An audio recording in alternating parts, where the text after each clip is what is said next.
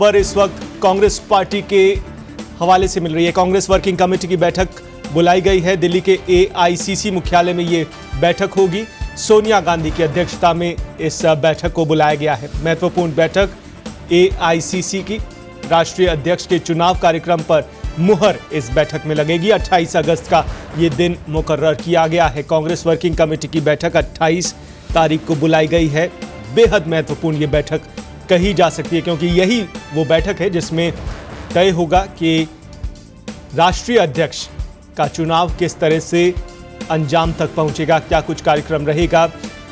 और लगातार चर्चाएं हो रही हैं, कांग्रेस पार्टी की कमान आखिर संभालेगा कौन। क्या एक बार फिर से गांधी परिवार के किसी सदस्य का नाम पर मोहर लगेगी, या किसी गैर गांधी परिवार से कोई अध्यक्ष बनाया जाएगा।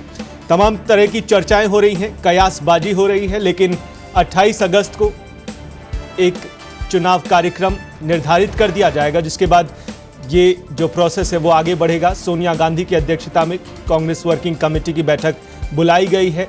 राष्ट्रीय अध्यक्ष के चुनाव कार्यक्रम पर मुहर लगेगी, जिसके बाद एक रूपरेखा तय हो जाएगी कि किस तरह से ये चुनाव होंगे और कब तक आखिर आधिकारिक तौर पर अध्यक्ष पद का चुनाव हो जाएगा।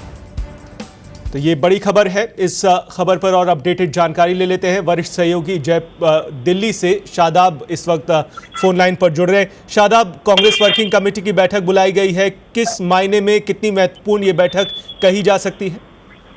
ये देखिए, कांग्रेस का जो संगठन का चुनाव है वो प्रोसेस चल रहा है और ये अंतिम चरण होगा कांग्रेस के चुनाव का, जो कि राष्ट्रीय अध्यक्ष चुनाव किया जाना है, जिसकी बहुत लंबे समय से चर्चा भी थी और इंतजार भी था।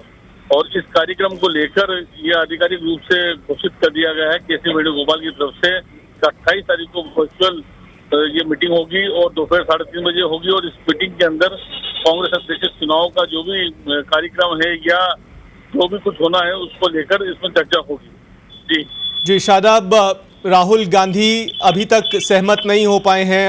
तमाम तरह के प्रयास उन्हें मनाने की कोशिश की जा रही हैं। क्या लगता है इस बार फिर से जो सस्पेंस बना हुआ है उस पर क्या मुहर लगेगी? क्या गांधी परिवार से ही कोई अध्यक्ष बनेगा या गैर गांधी परिवार से भी कोई नाम फाइनल हो सकता है?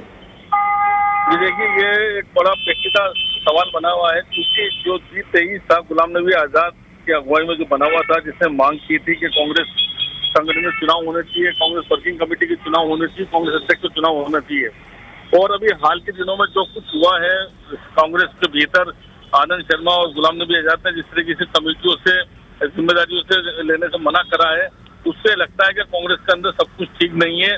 और ऐसे हालात में क्या राहुल गांधी दोबारा से चुनाव लड़ने को तैयार होंगे?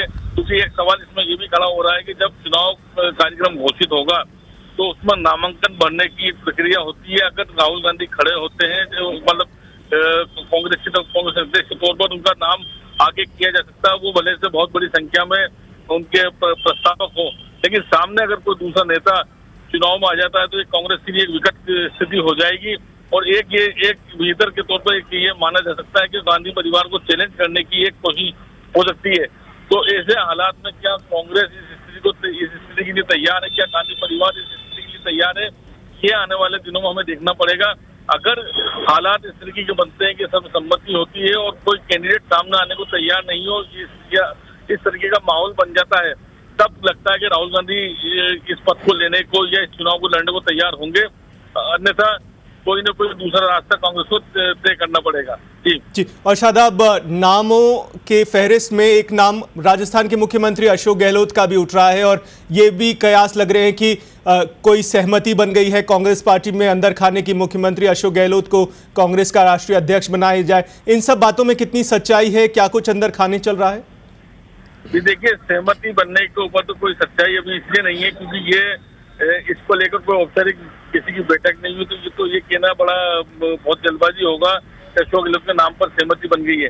लेकिन अशोक गहलोत का नाम सबसे आगे है। उसकी वजह पिछले दिनों की जो गतिविधियां हैं अशोक गहलोत की या राजनीतिक हालात कांग्रेस ने सामना करा है, और उसमें अशोक गहलोत को जिस तरीके से लीड करा है कांग्रेस को, उससे लगता है कि अशोक गहलोत को आगे किया जा सकता है।